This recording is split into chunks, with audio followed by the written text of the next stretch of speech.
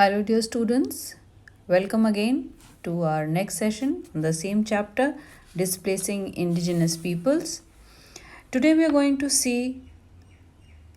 study about Canada and the United States of America and also the expansion of USA. The countries that are known as Canada and the United States of America, they came into existence at the end of the 18th century. The French and later the English had occupied the area of North America, and that became Canada. As you can see on the map, the area is showing the map of Canada, that is part of Canada, and where you can see map of USA, that is belonging to the United States of America.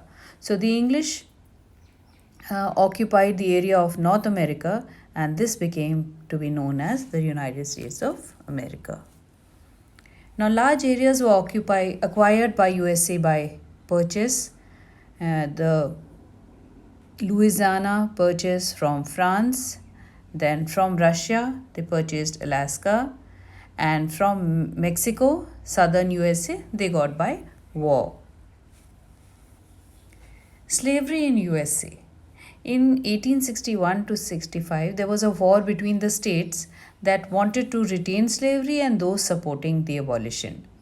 So the southern states here, they supported slavery because they were states where agriculture was predominant and there were plantations and they required labor on these areas.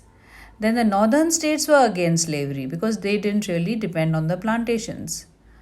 Ultimately, the northern states won, and slavery was finally abolished in the year 1865.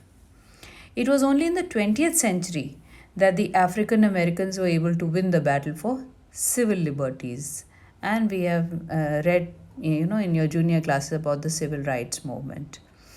So the segregation between the whites and the non-whites in schools and public transport came to an end. The three colonies of Canada, Nova Scotia, and New Brunswick united into a confederation of an autonomous state. In 1763, Canada had been won by the British after a war with France. The French settlers, they repeatedly demanded autonomous political status. In 1867, that this problem was solved by organizing Canada as a confederation of autonomous states.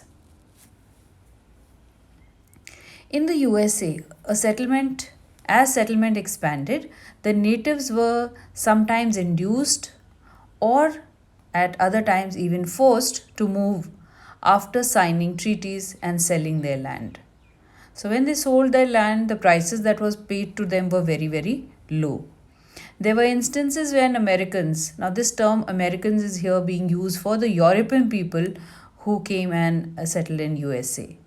They cheated them by taking more land or paying less than promised. Even high officials, they felt there was nothing wrong in depriving the native people of their land. The natives were pushed westwards. The natives were locked off in small areas called reservations, which often was land with which they had no earlier connection, but because probably that was not of much use, so they were pushed into this area. The US Army crushed a series of rebellions from 1865 to 1890. In Canada, there were armed revolts by the Métis between 1869 and 1885. Now, this is about a Cherokee tribe. In 1832, there was an important judgment which was announced by the US Chief Justice by the name of John Marshall, and he said that the Cherokees were a distinct community and occupying its own territory in which the laws of Georgia had no force, and that they had sovereignty in certain matters. But US President Andrew Jackson, he refused to honor the Chief Justice's judgment. He ordered US Army to evict the Cherokees from their land and drive them to the great American desert. So what you see here is the driving out of these Cherokees. Of the 15,000 people who were forced to go, over a quarter died along this long journey, which is called the Trail of tears. Europeans, colonized different areas and took away the land of the native people, and they had their own justification, rationalization for that. Now, looking at India, which was under the British rule, they taxed arbitrarily, high taxes were put. They did not look upon Indians as their equals, and the reason that they gave was that the Indians were not ready for responsibility of representative government. They did not feel that they were capable enough to manage their own governance. Then the natives in America and Australia, they were not seen as citizens.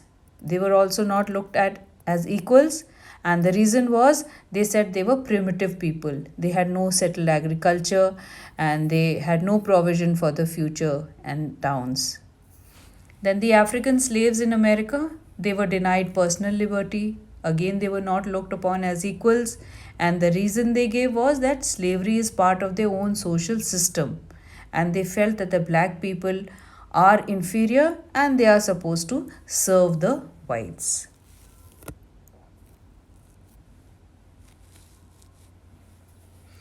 European attitude towards the natives. These natives did not deserve to occupy land which they did not use to the maximum. So they felt that these natives actually are not capable of using the land to the maximum. So they did not deserve to occupy. Rather, Europeans should take control of that land and use it. And they also felt that the natives are lazy since they did not use their craft or their skills to produce goods for the market. Whereas it was not so, they did not really know about market. They did not know how these crafts to be utilized and sold in the market. They produced only for their own needs. Then they also felt that the natives are not interested in learning English, which again was nothing wrong. They were happy with their own language of communication. Then they were not dressing correctly, and according to them, to the Europeans, dressing correctly would be to dress like the Europeans. They deserve to die out, they argued.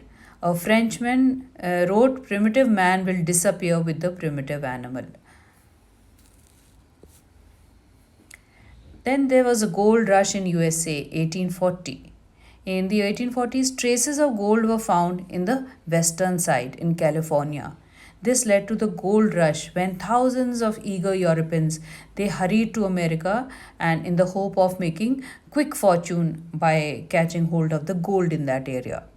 Now this led to building of railway lines across the continent and for which thousands of Chinese workers were recruited.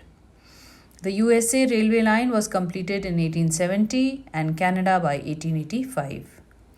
Andrew Carnegie, a poor immigrant from Scotland who became one of the first millionaire industrialists in USA, said, "The old nations creep on at the snail's pace and the republic thunders on at the speed of an express."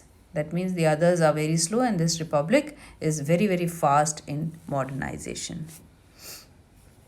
Industrialization in North America.